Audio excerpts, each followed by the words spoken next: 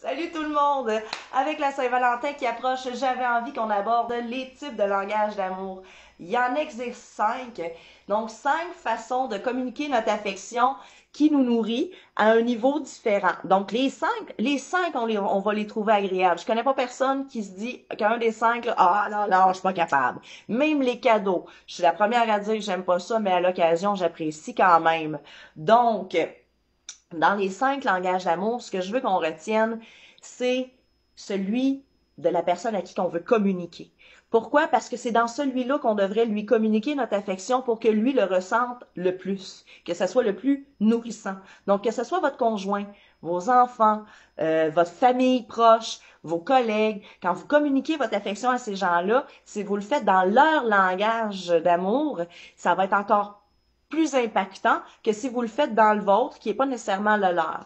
Donc, sans plus tarder, on va voir le premier, les paroles valorisantes, les mots doux, les petits noms, les compliments.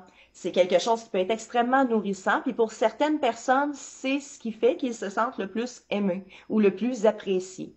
Le deuxième, les moments de qualité, le petit souper romantique, la marche dans les bois, le moment au soccer avec son enfant, toute seule avec lui, surtout si vous en avez plusieurs comme moi. À 4, là, je vous dis que les moments seuls avec maman sont privilégiés.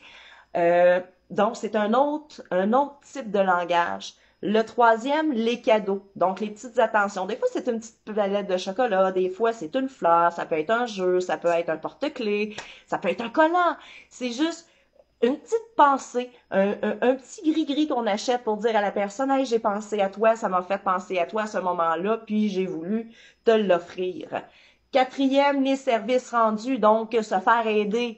Pour certaines personnes, quand que tu vois qu'ils sont dans le besoin et que tu vas les aider, hein, le chum de gars qui est en train de déménager, qui a jamais besoin de courir après toi parce que tu es toujours là, ben ça, c'est un type de langage d'amour. Donc, rendre service à l'autre, c'est une façon d'exprimer son affection. Le cinquième et non le moindre, le toucher, donc les caresses, les câlins, les frissons. Pour certains, c'est ce qui va les nourrir beaucoup. Puis vous allez remarquer que dans ces 5-là, si vous pensez à vous, il y en a 2 qui vont être prédominants, un peu comme les types de personnalités. C'est la même chose chez votre partenaire ou chez votre enfant, votre ami, votre collègue, peu importe à qui vous voulez exprimer votre affection. Mais on aime quand même les 5, donc gênez-vous pas d'exprimer les vôtres aussi, c'est important parce que c'est votre façon maximale de montrer que vous aimez, mais il faut quand même s'adapter un petit peu au langage de l'autre. Sur ce, je vous souhaite une belle Saint-Valentin, plein d'amour. Ciao tout le monde!